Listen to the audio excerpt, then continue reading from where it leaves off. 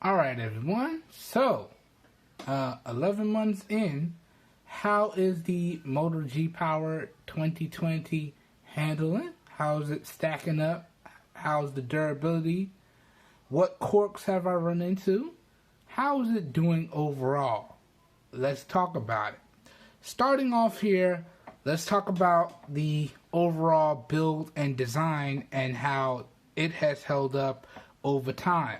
Now, for the lifespan of this device, it spent its life in one of two cases. The other case is put away right now. But y'all can see this is my favorite style of case right here.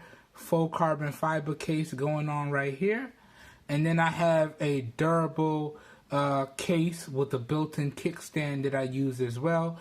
But aside from the first 3 days I've had this device, it spent its entire life in a case. And how has the build held up? Well, y'all can see it still looks like it's in brand new condition, aside from, now the camera's not going to be able to pick it up, but right here, there's a really small faint scratch. Oh, look, the camera can see it. Right there, there's a really small faint scratch right there, and I do not, for the life of me, know how that got there, because I did not drop the device without it being in the case.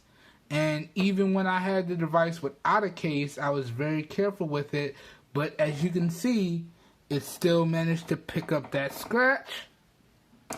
And that is because, ladies and gentlemen, the device is built primarily out of plastic. Now, it has a plastic unibody with an aluminum midframe. So 6000 series aluminum midframe is holding it together, but other than that, it has a plastic unibody.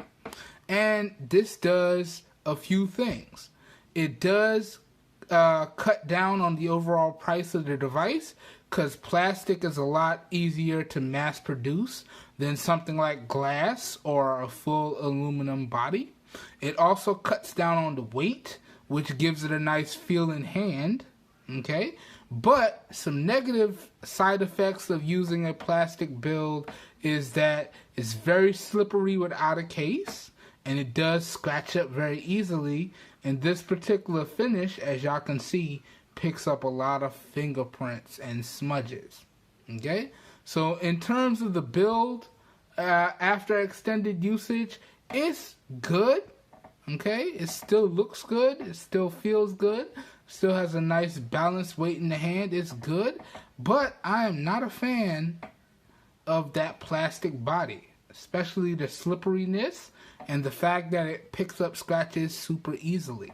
Okay, but it is what it is. Now, moving on, let's talk about this display. So up front, dead center here, again, we got a 1080p plus display. In the newer 21:9 aspect ratio here.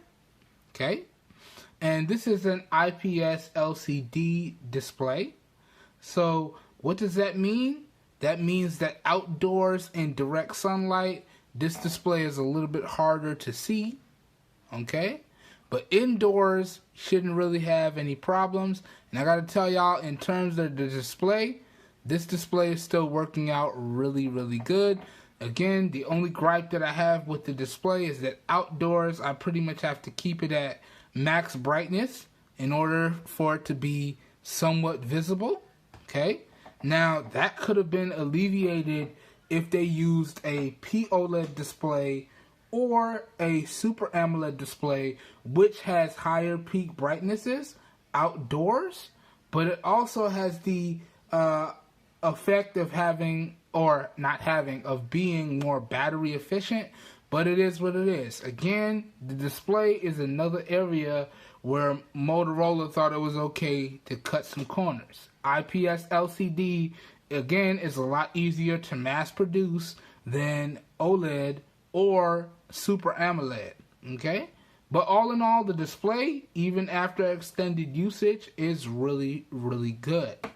Okay, now let's get into some of the gripes that I've had with this device that I've only really experienced after extended usage. Well, gripe number one, and this is a big one, okay? And this is something I really wasn't able to pick up in my initial review process with the device. This is something that I only noticed after extended usage. The speakers on here have a tendency to cut out sometimes. So this is a stereo speaker setup. So we got one bottom firing speaker and we have one front firing speaker here. And I notice, you know, it doesn't happen often, but I notice every so often one of the speakers will cut out. Like I'll either lose the bottom firing speaker or I'll lose the front firing speaker in the speaker grill. Now, in all honesty, y'all, I have dropped this device probably about 5 times. But all of those times that I've dropped this device, it has had a screen protector on it like it does now. And it's been in a case. And visibly, the device looks brand new still. So you can see no dings, no dents, no scratches at the top or the bottom. No dings, no dents, no scratches on the sides. Nothing whatsoever. It still looks brand new, aside from that scratch on the back that I already showed y'all. So, I don't understand for the life of me why the speakers cut out every so often. Now, all I have to do to fix it is I just restart the device and then the speakers start working like nothing was ever wrong with them. But that's a gripe that I've run into, and something that I really wanted to point out. Now, another gripe, and I've covered this in the full review, is the performance over time has noticeably slowed down, okay? And that app hiccup, that app stutter that I talked about in the full review with a bunch of apps open has gotten noticeably worse, okay? When I'm using this device on the daily and I have all of the apps that I use regularly open and I'm bouncing between them regularly, this device can get bogged down very, very quickly. And sometimes I notice that even the fingerprint has a noticeable delay. Like you can kind of see it there.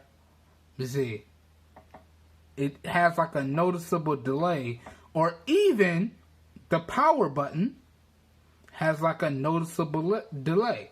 So like I'll get a vibration, like I have a notification, and I'll go to power it on, and it would just take an extra few seconds to power on so I could check the notification. So this is not new, okay? Over time, when you use a device, that's what it does. It bogs down. So the performance of it kind of gets worse over time. And I was expecting that, okay? 4 gigs of RAM, okay? Mid-ranger processor. I was expecting that, and I am a heavy user. So I was expecting it to bog down, but it's something that I can only really notice, again, after extended usage, okay? Devices really work their best in about the first month and a half of owning them. They settle in, they work at their peak, and then pretty much after 3 months and onwards, it's kind of on a downhill slide unless you do really good device maintenance, okay? So you're good with keeping your memory clear, you're good with not bogging your device down and using up a bunch of storage, you don't have a whole bunch of apps open in the background, you know? If you do, like I do, the device's performance is only going to go downhill unless you have a flagship with a decent amount of RAM in it. Anything about 6 to 8 gigs of RAM and up, you're going to get some really top-notch performance for years to come, okay? But if you're looking at a mid-range or budget device, you're really going to start to feel the effects of the processor and the RAM as time goes on, if you're a heavy user like myself. So the overall performance has definitely degraded. I was going to say downgraded, degraded over time. All right? And let me show y'all real quick. In terms of storage, now this particular device is the max variant, so it has 4 gigs of RAM and 64 gigs of onboard storage with micro SD card expansion, but I do not have a micro SD card in it. And you can see out of the 64 gigabytes of storage here, we're using up about 45 gigabytes here. Swipe that notification away. So we're using up about 45 gigabytes. So we have roughly about 19 or 20 gigs free. Now, that's not really an issue, because if I really wanted to, I could pop in one of these 128 gigabyte cards, make it adaptable, expandable storage, and we're good to go. But seeing as I'm coming from, when I got this device, I was coming from a Pixel device, and the Pixels have pretty much locked storage, okay? So you don't get any micro SD card expansion. So I've become really good at managing my internal storage space, okay? And prime example, okay, my Bumpy Cam Productions, my bad, y'all. This is the device that I was using before I switched to the Moto G Power 2020. This is the Pixel 2 XL, and the battery is dead.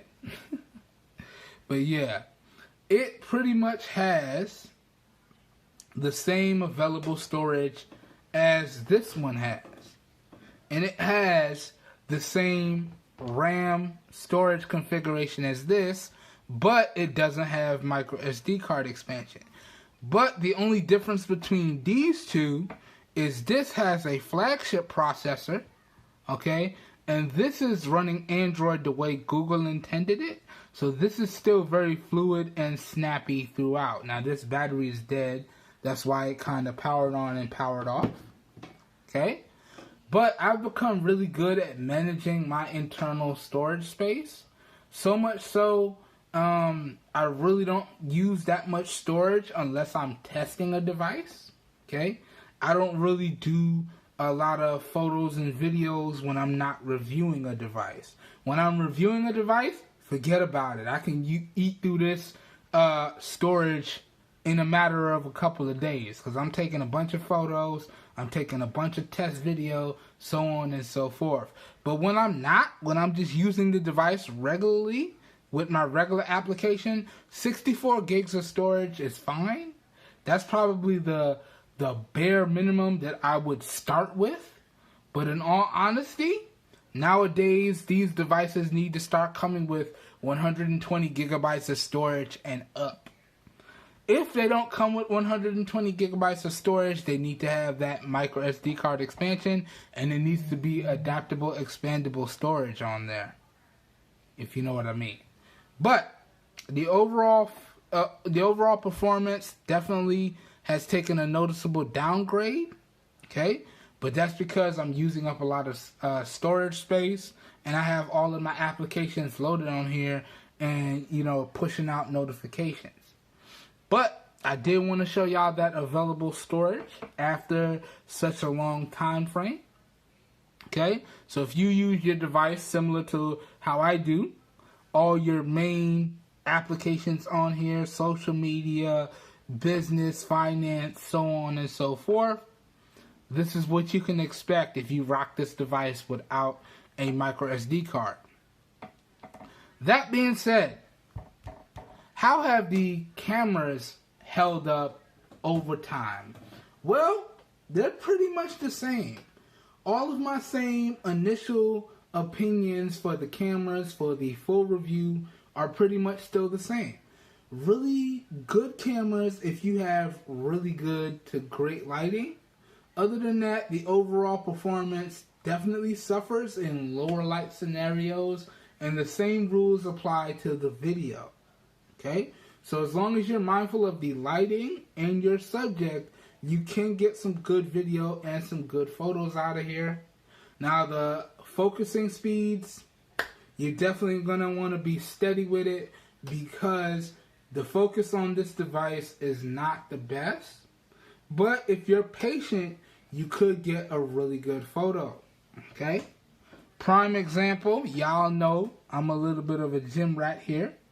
So let me show y'all a photo that I've recently taken. We took this today. You know, pretty basic. But I managed to do full speed on the treadmill. Shout out to all my Planet Fitness family. I managed to do full speed on the treadmill for about 25 minutes. And I did, you know, that's how much distance I've covered. Right there. And that's how much calories I burned. And we was in here, guys, we were not slacking, okay? Y'all could see, we was dropping, we was breaking hella sweat, man. We was putting in work. Y'all could see sweat all over that. When we go to the gym, it's not playtime, okay? We go to the gym, it's work time, not playtime. The way I like to look at it is, if church is for my soul, then the gym is church for my body, okay? That's how we do that, all right? And you got to go to church because you got to be right with the Lord.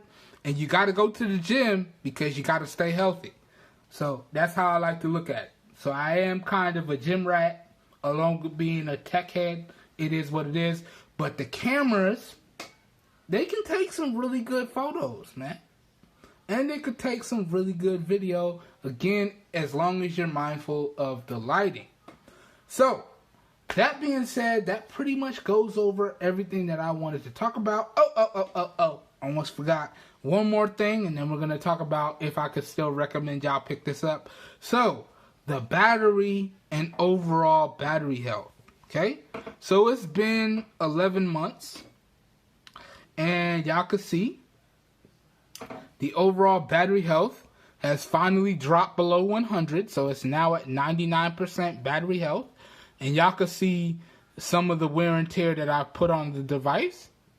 Okay? And after a year to still have 99% battery health, that's still really, really good in my opinion. And you know, I was pleasantly surprised to see the battery health stay at 100% for as long as it did. Because honestly, y'all, I have not been taking it easy on this device at all. But Motorola devices are pretty much king when it comes to the battery. And y'all can see now I have experienced a noticeable downgrade in overall battery life, but it's still lasting me all day, if not a day and a half. So y'all can see this particular charge here, I'm getting 23 hours. That's easily a 24 foot. And I got 9 hours and 15 minutes of screen on time. And you can see it's still taking about the same average to reach a full charge. So about 2.5 to 3.5 hours to reach a full charge. And y'all can see this particular day was kind of a moderate day. Still got 15 hours on the charge with 10 hours and 45 minutes of screen on time, so on and so forth. So the battery life, it again has taken a noticeable downgrade, but it's still really, really good. And you'd be hard pressed to find another device putting up these type of battery life numbers. Okay? And another thing I want y'all to keep in mind is that I am an extremely heavy user. Even if I'm not actively using the device, I have a bunch of different things pushing notifications, lighting up the display. There's a bunch of things syncing to this device, okay? So it's actively getting used pretty much at all times, okay? But just real briefly wanted to go over the battery life and the battery health with y'all. Now, that being said, after almost a year of usage, can I recommend that y'all still go out there and pick up the Moto G Power 2020 model? Okay? Well, I would have to say yes. As long as you're mindful of what you're doing with the device, and you know what type of user you are, okay? And you can put up, again, with all the negatives that I pointed out, or all the quirks, rather, then I can easily recommend that y'all go out there and pick up this device if you're in the market for a new device. Okay? And you know, it's funny because you can get this device for some really great prices. And one of my viewers, one of the newer subscribers, I really do appreciate all the new subscribers and followers, actually commented the other day that he was able to get this for a really awesome price. And I couldn't believe it, man. It was phenomenal. So he commented that he was able to pick this device up for $140 in brand new condition. And I was like, wow, where they do that at, man? So I got on and I did my quick little research, and I was like, man, I can't even get it in brand new condition for $140.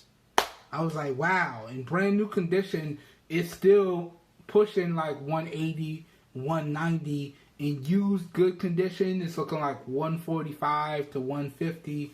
In brand new, mint condition, cracking the plastic for the first time, it's still looking at like what, 200, maybe 250.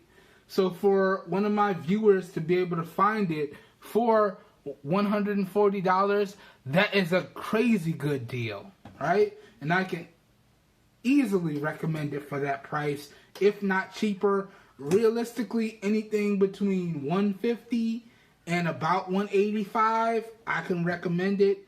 Even though there are definitely some better options on the market, overall, it is a really, really solid device, and I do believe it should serve you well. So, that pretty much does it for my little bit short of a year follow-up video with the Moto G Power. And you know, funny story, I've actually made about almost a year of full payments. I am 1 month shy of 1 year of full payments on this device. So you know what? I think the next follow-up video that you guys and gals are going to see, aside from a versus/comparison video with this one, will probably be the 2-year follow-up with this device, at which point I have it fully paid off by then. So yeah, that will probably be the next follow-up video you guys and gals see. Unless something catastrophic happens with the device, I'll be sure to come back and follow up if something bad happens with the device as well. But again, yeah, that does it for this one. Ooh, I do apologize. I did not mean to make this video so long, but it is what it is. As always, if you guys and gals enjoyed the video and or you found it helpful, please help your boy out by giving the video a thumbs up. That really does help me out. You don't know how much. If you would like to see more content like this, also feel free to hit that subscribe button down below and make sure you click off the notification bell icon right next to it so you guys and gals get notified when I publish new videos. And as always, if your interest is piqued, down below in the video description will be like a one-stop shop for you guys and gals, and you should be good to go. So all of my extended coverage, all of my versus videos, camera videos, full review, case videos, all the buy links, the affiliated buy links, all that good stuff will be linked up down below in the video description. So as always, if your interest is piqued, down below in the video description will be like a one-stop shop for you guys and gals, and you should be good to go. And as I alluded to, those are affiliate links down there. So I do get a small percentage of kickback if you guys and gals use those links that I do put back into the channel. And that's at no additional cost to you guys and gals. So it's a win-win for everybody, in my opinion. Alright, I hope everyone is staying safe out there. And I hope I will catch you guys and gals in the next one. Have a good one, everybody. We are out of here. Peace.